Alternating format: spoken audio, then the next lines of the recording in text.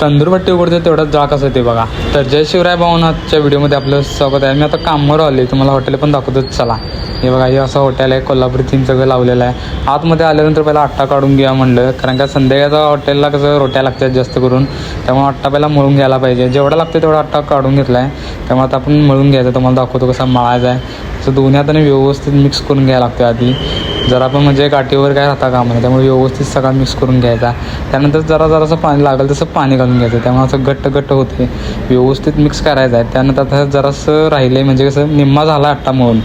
आता फक्त तेल लावून मालिश करायचं. आता तेल घेतलं आहे, आता व्यवस्थित त्याला मालिश करायचं. तुम्हाला दाखवतो काय केवढं तेल घ्यायचं. जर लय नाही, जास्त जर असं घेतलं कमी जास्त लागेल तसं तेल घ्यायचं आहे.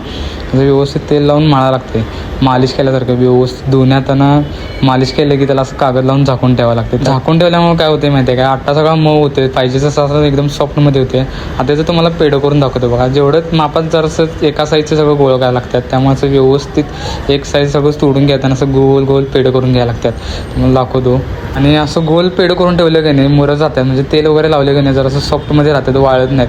आणि जेव्हा लागेल तेव्हा आपण असं रोटीसाठी हे करायचं, जसं हात फिरवलं तसं काटावरून बारीक हात फिरवायचं, म्हणजे असं पातळ झाले पाहिजे, जास्त मध्ये आधीमध्ये कुठं काटांना राहिल्या पाहिजे. त्यामुळं व्यवस्थित घ्यायचं, हातावर घेऊन ह्या हातावरून त्या हातावर, ह्या हातावरून त्या हातावर घ्यायला लागते व्यवस्थित. अशी मोठी झाली बऱ्यापैकी, तुम्हाला दाखवतो बघा.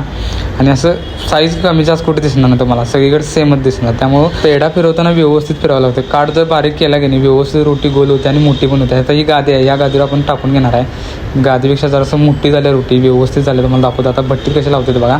हे घ्यायचं, असं व्यवस्थित भट्टीत चिटकावून घ्यायचं. आणि ही रोटी चिटकण्यासाठी भट्टीचे टेम्परेचर जवळ 450 ते 500 पाहिजे, तर जी रोटी चिटकते आणि व्यवस्थित 1 2 ते 3 सेकंदात तयार होते बघा. समोर असे दिसते, तुम्हाला दाखवतो बघा कशी लगेच फुगायला चालू होत्या. आणि लगेच आता ही झालेली पण आहे बघा. असं झाली की नाही आपण काढून घ्यायला रोटी, तुम्हाला दाखवतो. हे बघा असं व्यवस्थित चेहऱ्यानं काढून घ्यायचं आहे. हे बघा आहे काय, कुठं बारीक जास्त कुठं मोठं दिसणार नाही तुम्हाला, व्यवस्थित भाजलेलं आहे.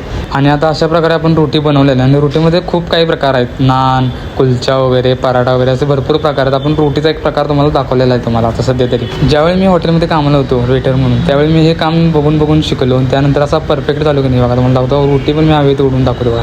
एवढा परफेक्ट मी सहजासहजी झालेलं नाही, कारण का सुरुवातीला मी आट्टा मळण्यापासून हात भाजून वगैरे घेतलं. रोटी कधी कधी चुकायची, फाटायची. आणि हे शिकताना मी खूप लोकांचे टोमणे खाल्ली, शिव्या खाल्ला, कधी तर उपाशी बसलो. पण ही शेवटी मी कला शिकून घेतली आणि ह्या कलेवर आता माझं पोट चालते. त्यामुळे मला ह्या कलेचा अभिमान आहे. आवडला तर सबस्क्राईब करायला विसरू नका. भेटूया पुढच्या व्हिडिओ.